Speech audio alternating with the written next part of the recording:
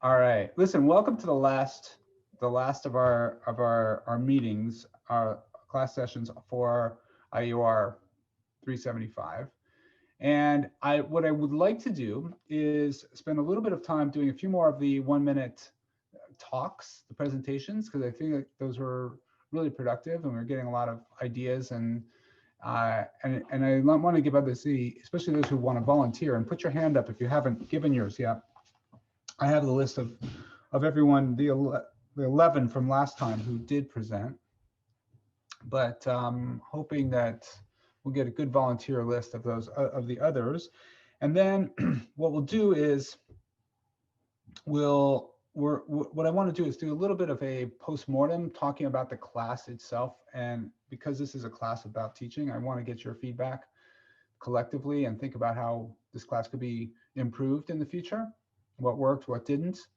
And then I'll touch on the final project or the final paper, and then I'll let you go.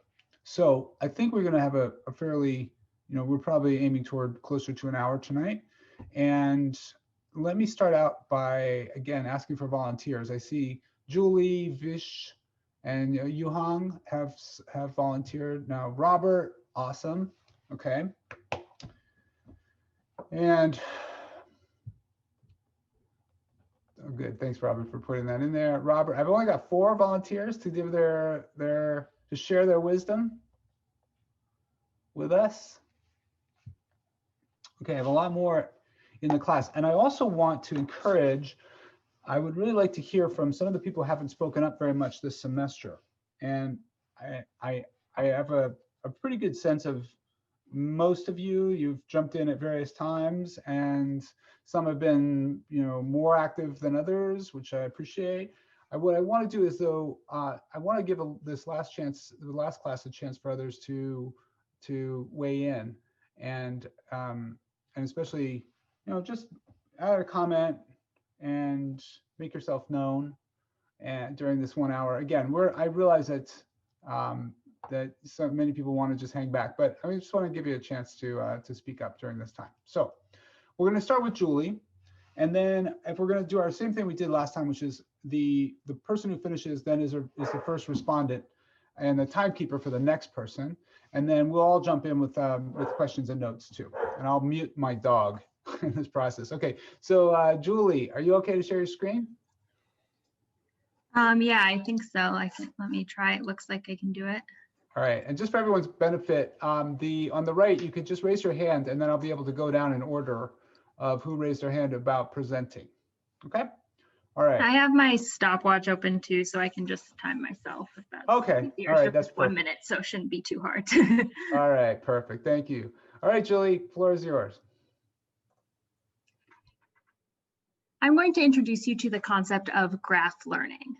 What is graph learning? It's the process of taking an input data set and representing it in the form of a graph, which is a set of nodes connected by edges.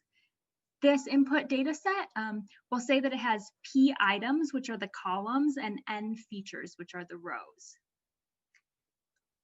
Note that this data doesn't necessarily have a spatial representation or like a geographical representation that is coming out in the graph. The graph is just going to be a tool we use to think about and represent the data in a different way. Each vertex in the graph is going to represent one column of the data or one item. Each edge represents a connection between the items, and the weights signify the strength of the connection. The focus of my research, or what we would talk about the rest of this time, is on determining when there should or should not be an edge in this graph. Okay, that's a minute. Okay. All right, great. Thanks, Julie. So, okay, I guess I'll be the first respondent then. So I like the crispness. You covered very cleanly. The big question I think many of us have is where is this being applied, and what is the kind of place where you use this? What applications?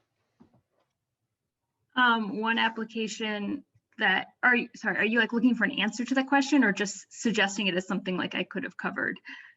Both. Okay. Yeah, like an application would be, for example, like clustering. You could say that you want to have a graph with, say, 5 different components, and then identify which, for example, if it's like a labeled data set of like cancer cells with like, different genetic features, to group those and identify which ones have like a strong similarity and then are similar type or are different and should be treated differently. Okay. All right.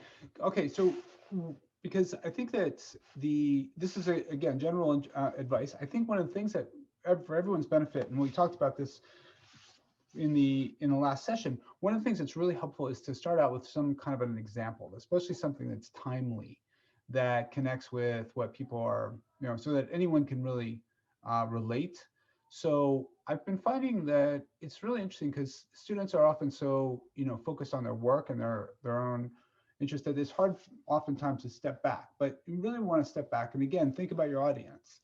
So in this case, it's all of us in this class who are, first of all, you can safely assume we're all engineers, and second of all, grad students, right? So you don't have to, in some way, it's not like giving a talk to the general public or a high school, but in some sense, tying it to something in current events would be really interesting. And I don't know how exactly you might do this, but you might say something like, for example, there's been a huge amount of issues around the United States election and contesting whether or not it was fair. And say that if you manage to think of this as, you can imagine that, look at all the states as a graph, and that there's some kind of relationship or correlations between the number of complaints and the graph, or something like that. Do you see what I'm getting at? And then all of a sudden, now Sure, we're very engaged, right? If you can turn that problem into something that we're all really wrestling with, then it becomes super, exciting. So, and I think you could imagine doing that because, a graphical models can be applied to so many different problems. So, or even just graphical search, like for searching the web, right? That's the beautiful example that Google with PageRank used to treat it as a graph problem, and they're now the ultra successful company, right? So I think that's one thing I want everyone to take home with you is that thinking about this big picture connection is super helpful at as you're going through. All right, good. Anything else we want to add?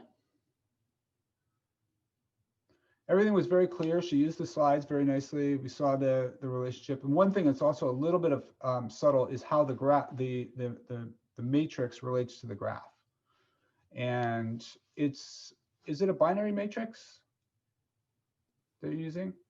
No, not in this case. Okay, so there's a weight. You're talking about the data set? Yeah, actually, I was actually just a little unclear on this. You have that data set, which is indicated by the looks like a table, right? Mm-hmm. Yeah, and then each column of the data is represented by one vertex, and then there's edges indicating the relationship between the different columns of the data. All right, so I mean, of course, you could flip it to make it rows and columns if you wanted, but okay. So you look at correlation between the rows or the attributes. All right, we don't have to go into all the details on it because I know you can't really cover a topic in one minute, but that was good. So let's go on now to Vish.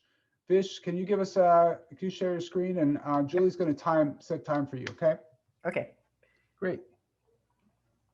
Can everyone see my screen? Yes. For me, it still says loading. Yeah. That's true. Okay. Okay, cool. Yeah, I guess I'll get started. So I'm going to talk a bit about what density functional theory is and give you a bit of an introduction to that. So that's for applications and materials. And there's a bit of a sneak peek here. But the idea is we can simplify how we simulate materials quantum mechanically by looking at just electron density instead of tracking every single electron in the material. And so kind of the bigger picture is that there are a lot of things that control the macroscopic properties of a material. You need to look at the microstructure, which is kind of like the texture of the material, but also the atomic structure makes a huge difference. So we have a lot of different ways to control it. And one way to kind of figure out how we can control it is by looking at how the atomic structure will make a difference. And so if we want to figure that out, we have a bunch of protons and electrons in a material. And some of those electrons are kind of bound to a proton. So they're like valence electrons. But when you start to put a bunch of atoms together in a material, some of these electrons can also be kind of free to move. So the idea is, where are these electrons going and how do those— It's 1 minute. Oh, okay. So yeah, that was basically, yeah, no, I have a lot more. I didn't time that very well, but that's okay. Okay. All right. Thanks, Vish. Okay, so that's fair. You know, it is, how many slides more do you have? 3 more slides? Yeah. So, okay, I'll let Julie go first. Julie, do you want to ask him anything that positive, negatives? Sure. Yeah. I mean, definitely you had a lot of nice like visuals. It was like interesting, you know, to look at. There was things on the screen that were engaging to me, and I really appreciated that. On the very first page or slide, I think that while like, you know, there was the picture that was kind of visually interesting. And for this setting, it's probably fine, but it does look a little, yeah, it's a bit great. I don't know. You just like with the background and the picture just kind of like pasted there in the middle. Maybe not the most like professional depending on the setting, but yeah, those are just 2, especially like you want to start off really strong. Those are just 2 things for me. Cool. Thank you. Good. Okay. Well, one thing I think is that you started off and then you went into the next slide. Actually, just show that for a second, Vish. And here I got, you know what happened with my visually, I went to the Wikipedia reference there, and I'm still a little unclear on that. What was the idea of that? So this is actually brass in particular. So this is kind of looking at the atomic structure of brass, the microstructure, and the fact that the microstructure is, it makes it quite soft. There aren't too many dislocations in it, means that it's really easy to kind of sculpt into something a bit more complicated. So I didn't go into that too specifically here, but okay. Yeah, all right. No, now I see. But you were just saying the Wikipedia is where you got that image. Yeah, that's all. Right? I'm just citing where I got it from. Yeah. Okay, so it's a good image, and I agree with it. It's very nice and compelling. But here's a problem: because of the macroscopic properties and things above it, the font is the same size. So I was puzzling over, why is Wikipedia a material? Yeah. Okay, so yeah, this is good. It's nice to do to list your sources, but you know, make it really small and sort of in the corner so that we understand that that's a sort of citation. Yep. I think that in some sense, I want to use this as an opportunity to mention something that I really work with with my students, and seems to be very hard for a lot of students to learn, which is to tell your story from left to right and top to bottom. And what I mean by that is that there's a very strong bias, and it's just because of how we read in most languages, although not all, not Hebrew, for example, but in English and most languages, we read from left to right. So when you're presenting your slides, you really want to start with the first thing on the left and then progress toward the right. So in this case, you wanted to, in a sense, start with this brass thing, and then say, but you can look at it in terms of its microstructure or its atomic structure. Do you see what I'm saying? So yep, just be reversing those. And you'll just find that it's very helpful also when reporting results and other things, that a lot of times if you report your results, the newest results, the thing that you're presenting in the paper or whatever you're doing last, meaning that you're going to tell those at the far right, lower, and the bottom of your of a key or figure, etc. So it's always that's where you're going to, and you list all the other models or baselines you've compared in chronological order. So then it's kind of very clear how this is unfolding. Does that make sense? Yeah, it does. Thank you. Yeah. Okay, good. All right, great. So thank you, Vish. Very helpful. And one last thing I wanted to also tell you, everyone, is another trick, can always use in a situation like this where you have very short amount of time is you throw up a URL, just a URL to find out more. And I hope, do most of you know about things like bit.ly, bit.ly. Do you know about that? Okay, it's a very inexpensive, or free, essentially, service. I don't think you have to pay at all for it. You just register for it. And then you can throw in any big URL, and it will condense it very, very small for you. But then you can also customize it.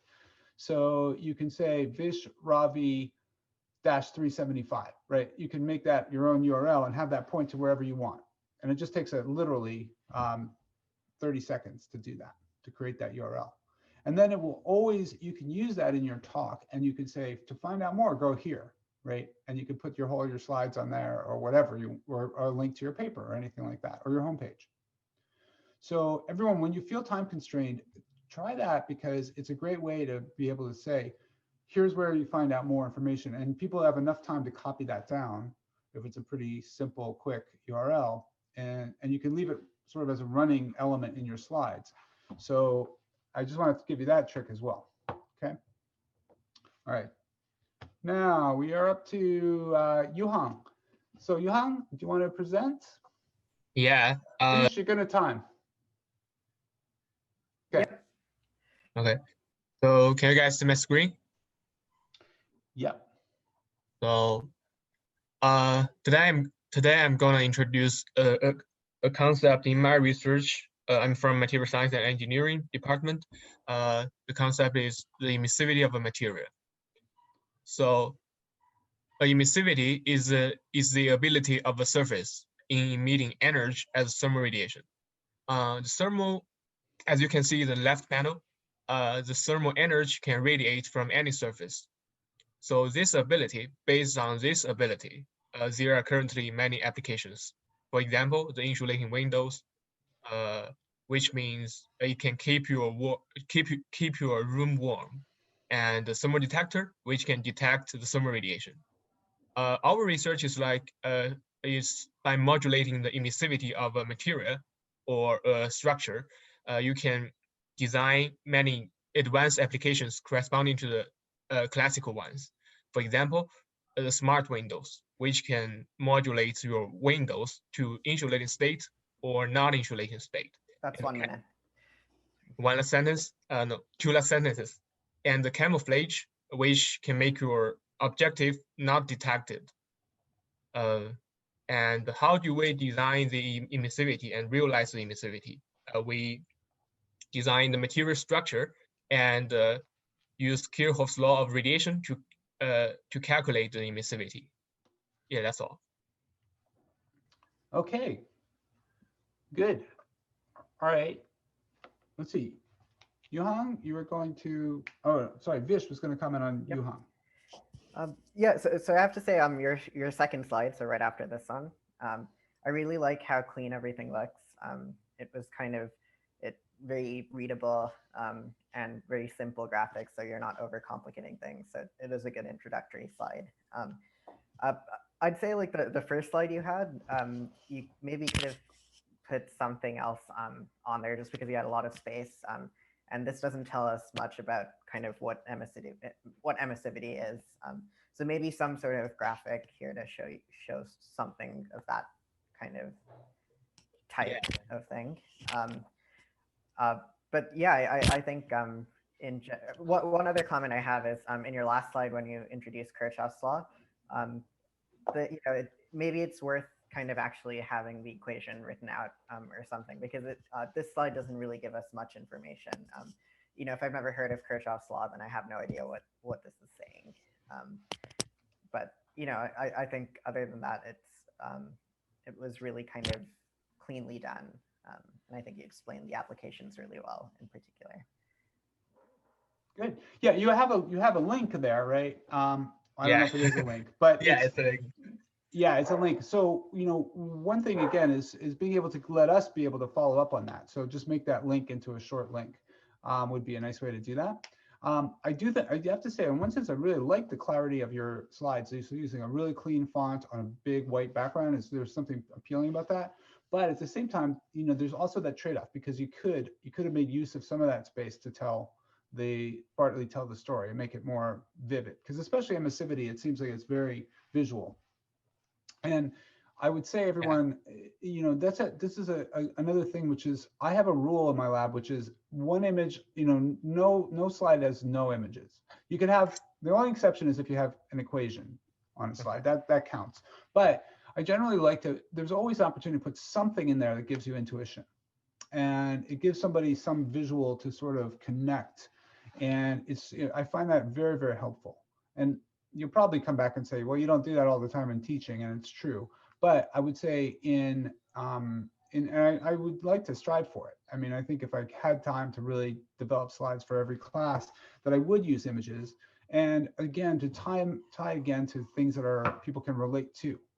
So, you know, in this case, I mean, one thing, I'm just reaching here, but you can imagine there was a lunar eclipse last week, right? And so I don't know if there's a way of tying that in some way to that. Or the other big news that China landed speaking of the moon, landed on a rover on the moon today, I think, right? So anything that you can do like that is just so much fun, because it connects us immediately, and you could just take a news image off of Google and pop that in and open up your talk. And even if it's a stretch, even if it's a bit of a stretch, it's okay. People will be all right. They'll laugh a little bit if you make that, and then say, but what I'm really talking about is emissivity, which has not that much to do with the lunar lander. Okay. All right. Well, that was great. Thank you, Yuhang. Let's go on. We're going to go to Robert, Jacob. Yeah, let me share my screen.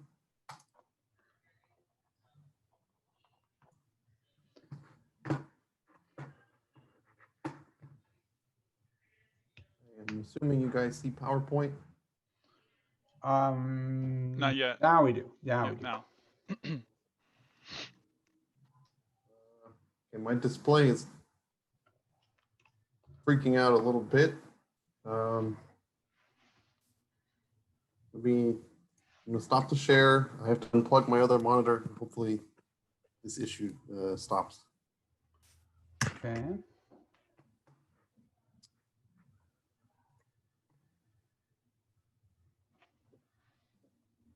Okay. Now we're looking at PowerPoint again. Yes. Okay, great. Why is my display flickering? Uh-oh. Why don't we just go ahead and just do it from that? That's fine. Just, you don't have to fill it full screen either, Jacob, if you want to just advance from here. Yeah, great. Okay. Well, it has animations in it, which aren't going to work if I'm not. Yeah. Have you used Zoom for animations? Because when you share your screen, you have to click those little buttons at the bottom. Did you do that? Okay, I got it. Yep. All right. So today I'll be presenting on laser plasma acceleration of electrons for physics purposes. So, simple schematic here. You can see we have a laser being focused through a gas jet. This laser will ionize a volume of this gas, creating a plasma structure. If we move to the right, you can zoom into this plasma structure and you'll see that it resembles a wake, akin to that left behind a boat moving through open water. But why is this interesting? Well, if we zoom in to this electron group here that's trapped in this wake structure, if we zoom in, you'll see that these electrons witness a wave, in this case, an electric field produced by the structure. These electrons will be accelerated by this wave, a la surfing, and be accelerated in the direction of the laser. Why is this interesting? Well, these electrons can be accelerated or experience acceleration gradients up to 100 GeV per meter. This is up to 1,000 times greater than conventional accelerator technology. That's 1 minute. And such systems would enable a new frontier in terms of accessibility for physics in terms of size and cost. That's it. Nice. Okay, Yuhang, do you want to make any comments for him? One comment, I really like the way how he compared the the hardcore physics with the real life images, the wave in the ocean. And yeah, I don't have any other comments. That's I think that makes things very clear and make hard things more accessible to people who don't understand physics. Great, good. Yeah, I have to say that I love that that illustration. That really worked extremely well. The intuition is very natural. I like the way you animated that, so that you see those electrons getting pushed over and sort of just springing off to the right. And you made and I like the way you also stated this is, why does this matter? And then you tell us, this allows you to explore new ways as you have higher energy electrons. So really good. I really like it. Very, very clean and effective in 1 minute to cover all of that. Great job. Great job, Jacob. Okay, so we'll unshare your screen and you're going to be the timer for the next person, which I think is Ryan Hayes. Ryan, you ready to go? Ready to rock and roll. All right. Give me 1 second. Okay. Let's do this. Okay, sweet. So my research focuses on examining surface interactions. And so what that means is we like to put a droplet of a liquid onto a piece of metal and see what happens to that liquid. We can think of the droplet as a three-phase system. There's the cover gas, the liquid itself, and the solid. And by looking at this ratio of energies between the solid vapor, the solid liquid, and the liquid vapor, we can see how that's captured in the theta, that contact angle, where a large angle means that it is non-wetting. There's going to be a bead that forms, or there's a small angle, which corresponds to a wetting surface or a wetting interaction. And so here's an example of what that looks like. My research focuses on molten salts, so really high temperatures. On the left, you see a bead forming. There's a large angle on the right. There is water in the atmosphere, and so that is causing this wet That's a minute. form. Sweet. And so then here are just implications of what that might mean. So non-wetting, there could be a gas layer that forms between the reactor system and the molten salt coolant, and so that has implications for how heat is transferred. And then if there's a wetting interaction, then it's easier for salt to intrude into the reactor and corrode the vessel. All right. Very good. Very nice. All right. Thank you, Ryan. So, sorry, Robert, do you want to add anything? Yeah, so I thought it was a great topic. I thought you did a really good job walking us through the basics and kind of leading us to the conclusion. Obviously, the only thing I think is a little long. Maybe trim out some of the text in the slides and kind of compress the delivery a little bit, but I think overall it's very good. Yeah. No, I liked it too. And I think you made a great job of sort of defining this distinction between what's wet and not in terms of the angle. And then you gave us examples. The very good use of I thought really good use of text and imagery, and you had good energy to how you presented it. And the one thing is, only at the end did I learn that it relates to corrosion, salt corrosion in reactors, which I wanted to know that earlier because I think that's so relevant, right? And again, as we heard in someone was talking about last week, but it's so important right now because we have all these reactors that are aging. And the question is, I presume what you're looking at is how can you sort of predict that when a reactor is safe or not? Is that right, Brian? So mine is more in the next generation of reactors, not really what's going on right now. But I mean, the corrosion does play a factor into how long these next reactors are going to be viable for. Okay, good. So that's even interesting too, is that, there's a new generation of reactors, and, the big question we're asking ourselves is how many years they can be serviceable, right, in the future. Good. Okay, great. And And just real quickly, is that so that corrosion and modeling of wetting, is that relevant to other things too, like non-nuclear environments, like just a ship or any other structure, like a, I don't know, an oil rig or oil rig? I in the mean, water? I imagine it is. Okay. I don't know off the top of my head, but I can't see why not. All right. Good. Okay. Yeah. Very good.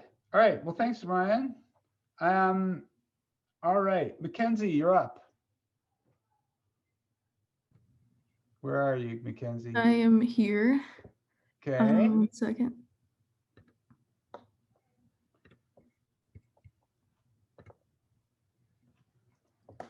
All right, can you guys see my screen? Yes. Okay, so I'm going to give a quick summary about how we can detect dark matter with a tabletop experiment. So we don't know exactly what dark matter is, but one candidate particle is called the axion. And there's an effect that axions can undergo that allows us to possibly detect them. So the basic idea is that if the axion is in a resonant cavity that's permeated by a magnetic field, and this cavity is tuned to the correct axion frequency, then we can convert the axion into a power signal. And so we want to design frequency tunable resonators like what you can see here on the right, and scan through various possible axion frequencies. And then if we hit the correct frequency, we would theoretically see a little bump in the power signal. That's 1 minute, FYI. Okay, cool. Wow. Okay.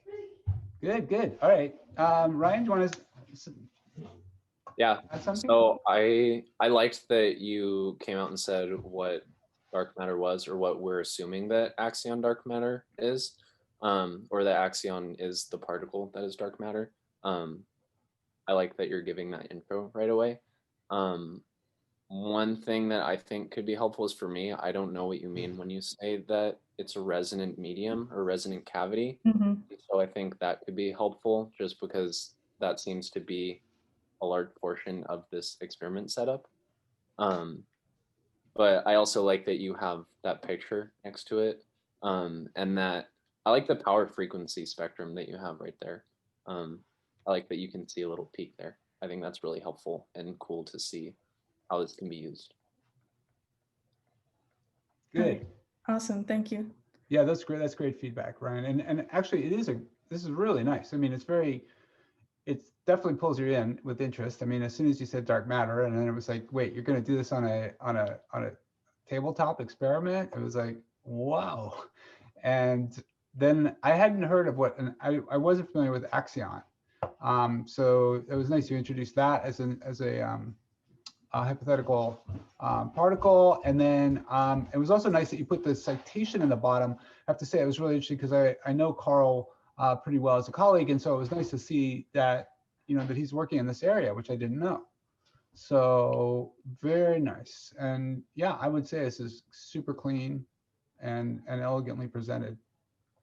Yeah, And one more comment is that I really like that it's just one slide. I think that makes this whole assignment a lot easier. Yeah, I didn't know if I was, I don't know, kind of going the easy way out, doing one slide. No. Okay. Listen, that was the move. Yeah, that's good. Yeah, that was a good move. It wasn't one that we, I didn't specify that intentionally, but I wanted to see what you guys would do with it, but it works. So that was a really good solution.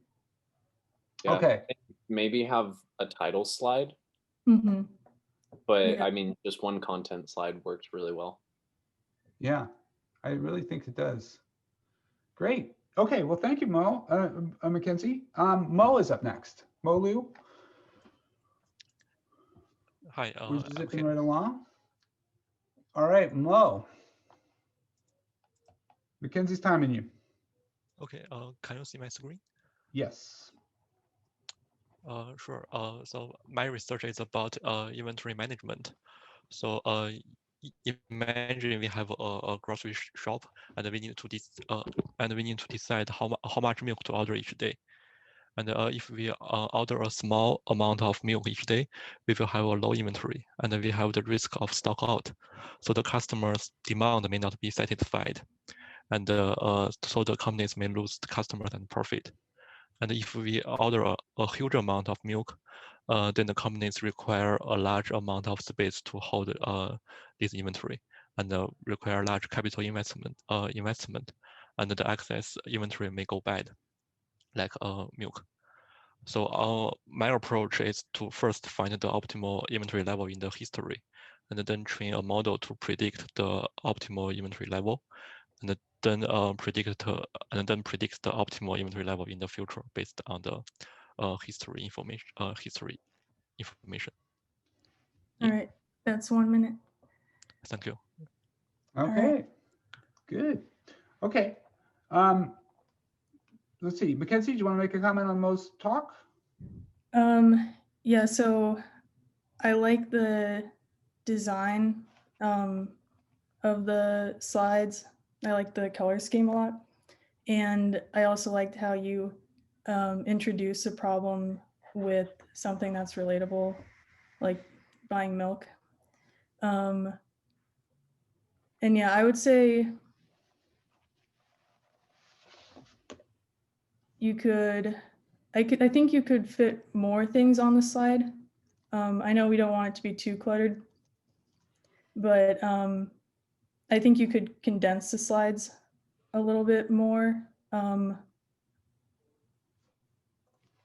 Yeah, because I would want to be able to, if I didn't understand something, I could still like see the slide I didn't understand, or see the content I didn't understand, and then I would be able to keep up with you. Where if you move between the slides too quickly, then I can't really go back and figure out what I missed. Yeah, so yeah, I agree. Okay, good. One thing I think is that in terms of application, what comes to my mind is the big inventory management problem we're facing right now is about COVID-19 vaccines, right? This is again, is a big headline, and there's a huge cost to maintaining this because they're very, the refrigeration cost, right? And then there's a lot of nuances in all of that in terms of who gets it, right? I mean, it's actually really exciting to think about what that model looks like. I'm particularly excited because it looks like it's going to be going to not the elite, wealthiest people. And I think this is going to be very interesting, right? It's a sort of, it's really based on need, and it's going to be a great study. I mean, you can unshare your screen now, Mo. What I think we're going to see in the next few months is this really interesting thing where I can imagine that the people who feel most entitled, right, and the 1% are going to feel that they're going to get their hands on this vaccine, but I hope they don't. And I really think it's going to be very interesting to see how that plays out, because it's going to, the indications from CDC and others are indicating that it's going to go to workers, healthcare professionals, right, senior citizens. It's a really interesting moment, I think, to see how that very limited inventory is going to be allocated and handled. So just saying, this thing is really interesting.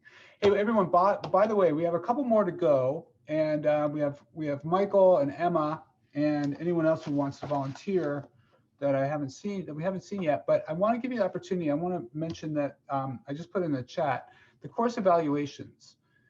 And have you gotten emails? Have most of you gotten emails about the course evaluations? You just go to that website and then you put in your Cal ID, and then it pulls up the courses that you are evaluating. And this might be a good moment if you're kind of listening in the background to pull that up and go through that, because I really appreciate if you can put something in there. And I will not try and bias you, but I want you to try and think of something.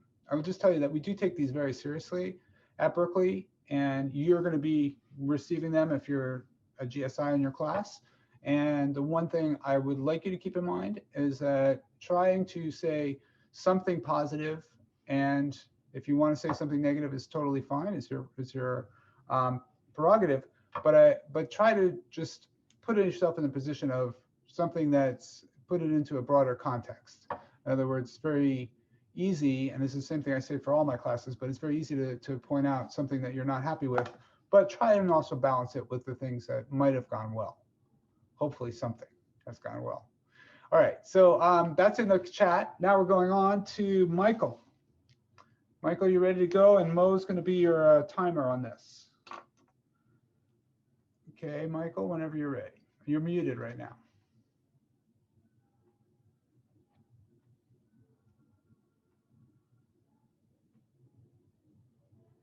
Are you still muted? How about now? Can you hear me now? Oh yeah, there you go.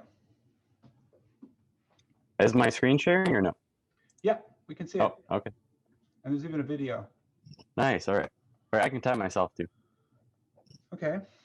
All right. So thanks everybody. Yeah, I just wanted to give a quick intro to wave energy, or wave energy 101.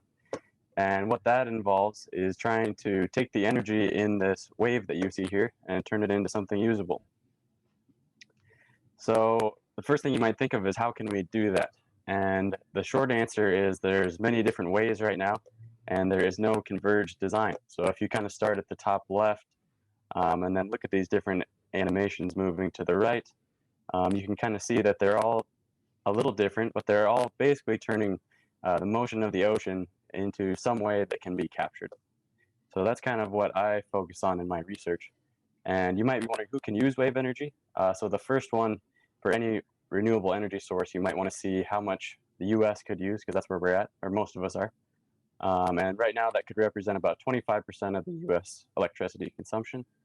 And then there's also some other applications like desalination, ocean sensors, and AUV charging, or autonomous underwater vehicles. Thank you. All right. Very cool. Okay, Mo, do you want to make any comments? Yeah, so I really like your visualization. So in the first slide, there are some animations, and it's very clear. And you also start with the applications, and it's also very clear. And in this slide, you have some URL at the bottom of this slide, and that's very good. Mm-hmm. Thank you. Yeah. Good. Yes, I agree with you, Mo.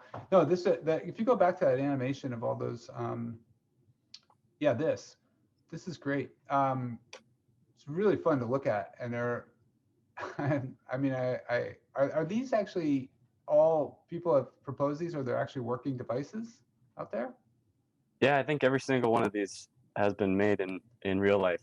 Wow. I think the most common one is probably this one. It's kind of what you think of intuitive, just things moving up and down in the water. Mm-hmm. How is that bottom right one being actuated? So there's actually a pressure field that's underneath the surface, and it's still feeling the pressure from the wave, but it's just not at the interface.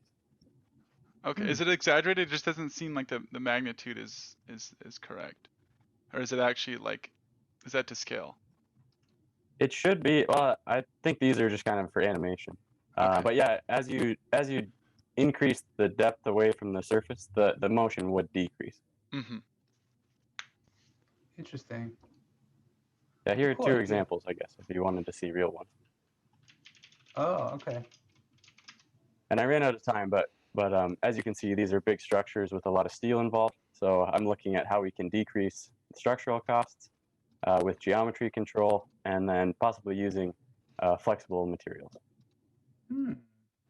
Very good. All right, Michael, you used another nice trick for everybody to keep in mind, which is if you run out of time, you can. One great thing to do is to take questions and then go finish up your talk in the Q&A. All right, it's actually not a bad idea.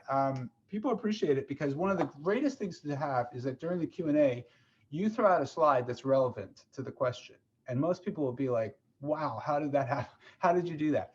And one way to do that is very easily prepare a couple of slides for things that you think are going to be asked. And then even if you're not asked that, you can, it's an old magician trick. It's called the forcing a card. But basically they ask you a question and you say, that's a great question. You know, here's how it relates to this. And you answer a different question. But then you throw up your slide and everybody's like, wow. But it's actually, as long as you're giving a good answer to something, right? You also want to, you know, give some answer to their question, but it kind of, you segue it into something else that you haven't had time to cover. And people really like that. It really makes it very engaging. And then somebody wants to ask you the next question to see if you can possibly pull it off twice. And if you have a couple slides in there and then you do it again, you're going to really, people are going to remember you for a long time. So, okay, good job. All right, wave energy. And let's see, we're running a little low on energy in general, I can sense. So it's almost 5, and I promise you not much more than an hour. So let's go to Emma, and then we'll talk a little bit about postmortem. So Emma, you ready to go? Yep. Let me share. Right. So I prepared a teaching presentation, not a research. Okay. But yeah, I can time myself as well. Okay. All right. So hi everyone, I'm Emma. Today I'm talking about Markov chains again, but with PowerPoint presentation. So the two components of a Markov chain is a set of